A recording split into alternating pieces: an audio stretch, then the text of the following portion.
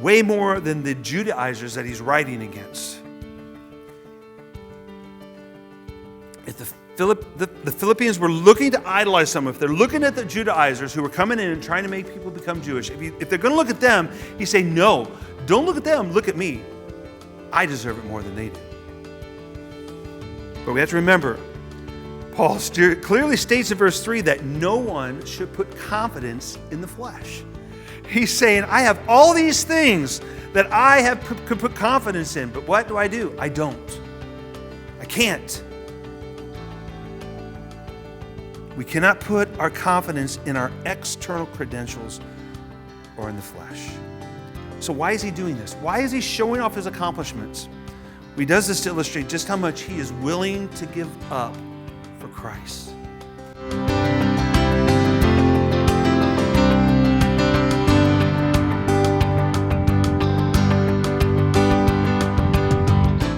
Well, good morning.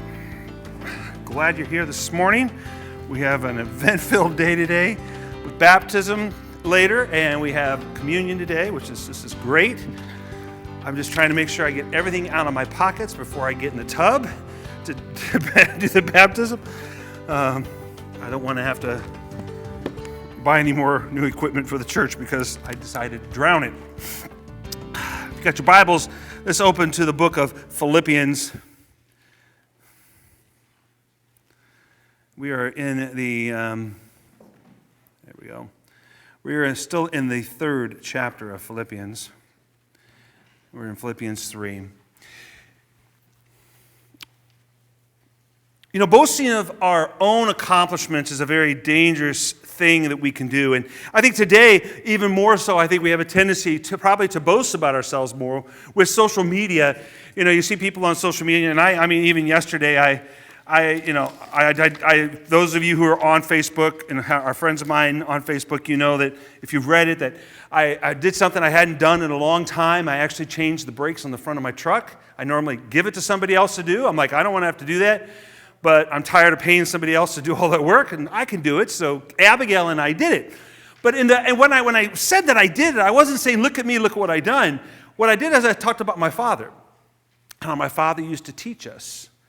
When we would go and need to work on a car, he would take us out and he would show us how to do it. And we would always be working on our cars, mostly because we never had new cars. We always had used cars. You always had to keep going.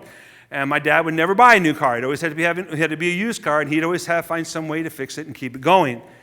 But if we have a tendency, though, to boast about ourselves too much, we call it braggadocious kind of attitude, but it almost becomes idolatry.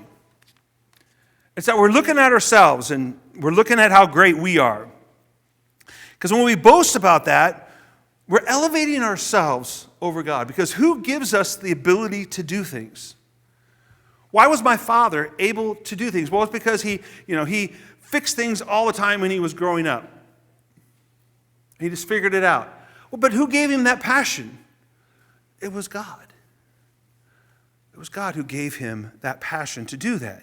And when we do that, when we boast about the things that we do, and we say, look how awesome we are, we rob God of the praise and the honor that's due him and him alone.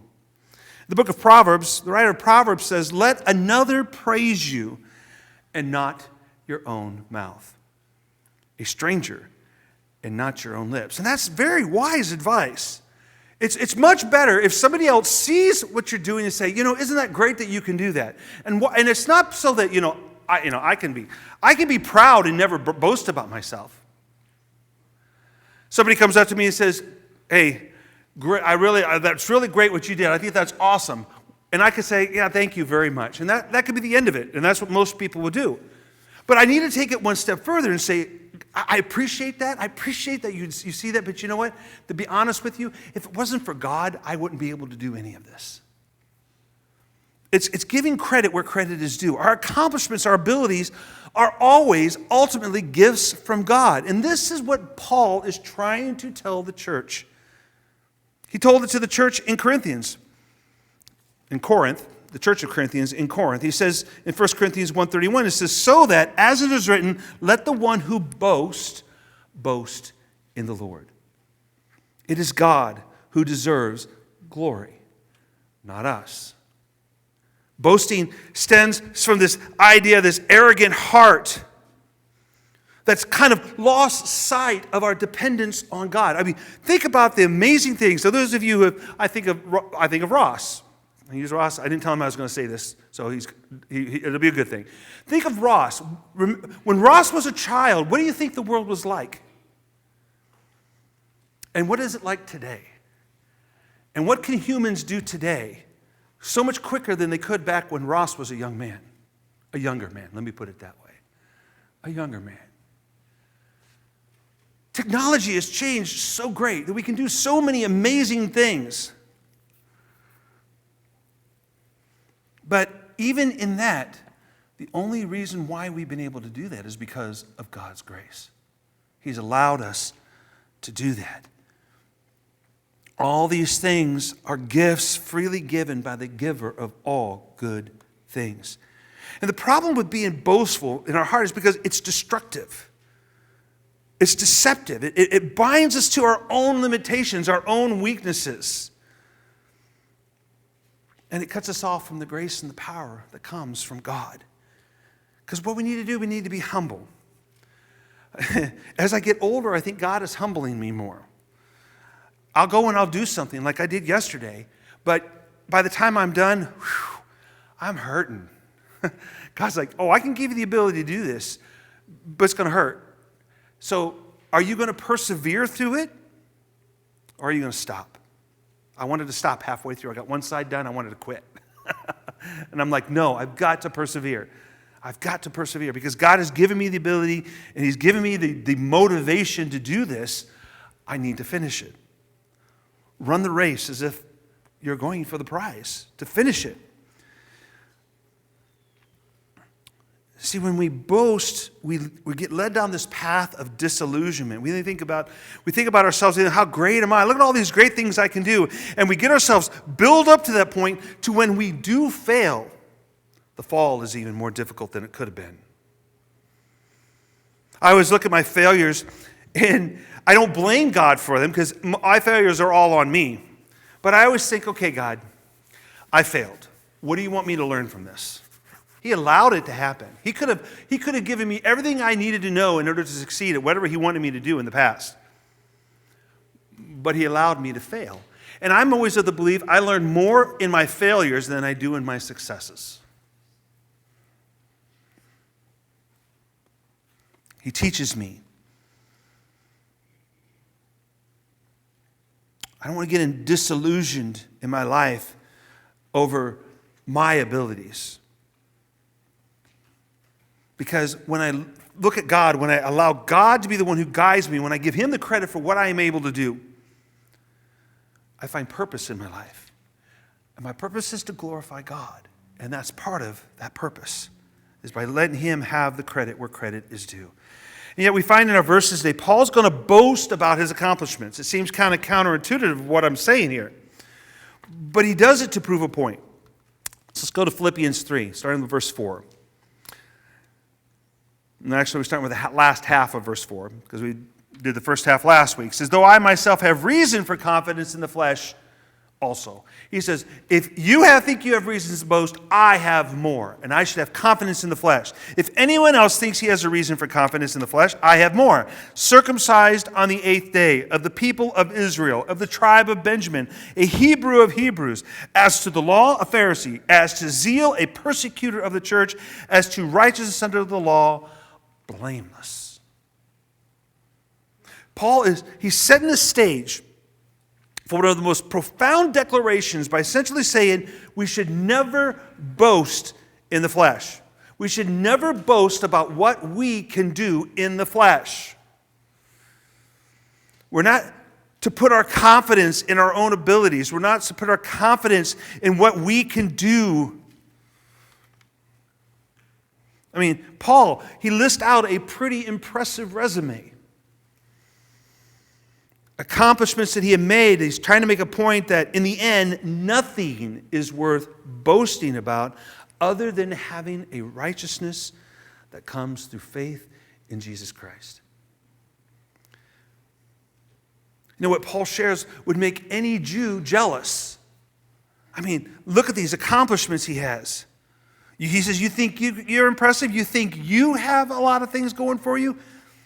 We'll see what you think about it compared to what I have. Now, figuratively speaking, these are like trophies that he hangs on the wall. So think about it that way.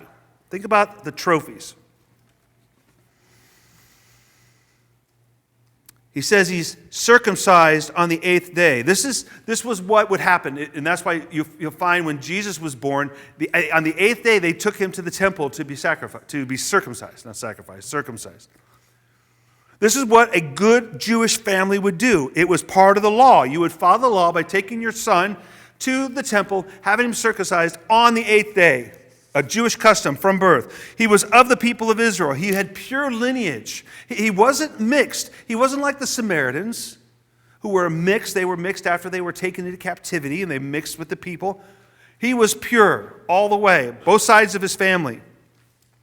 He was of the tribe of Benjamin. The Benjamin tribe was a highly exalted tribe. He was highly exalted by his father Jacob.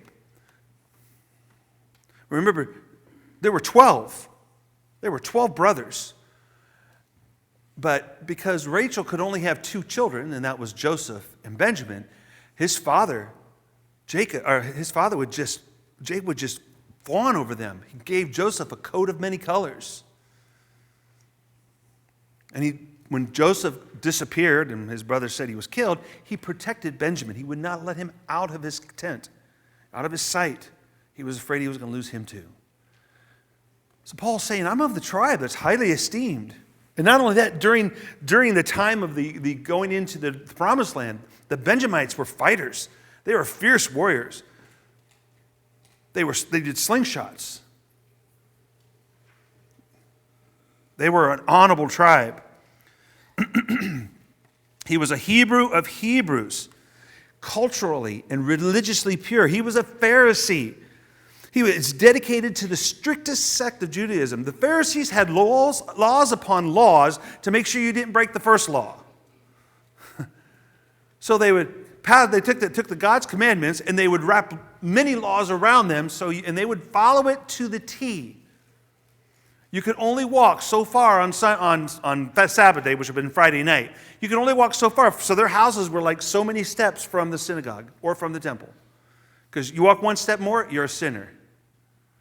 They were very strict in their followings. Paul's Phariseeism drove who he was and how he lived. His life was lived out meticulously as an obedient Pharisee to the Pharisaic code. Blameless. He was so much a Pharisee that he had zeal for persecuting the church. He didn't persecute the church because he hated people. He thought he was persecuting the church because he loved God.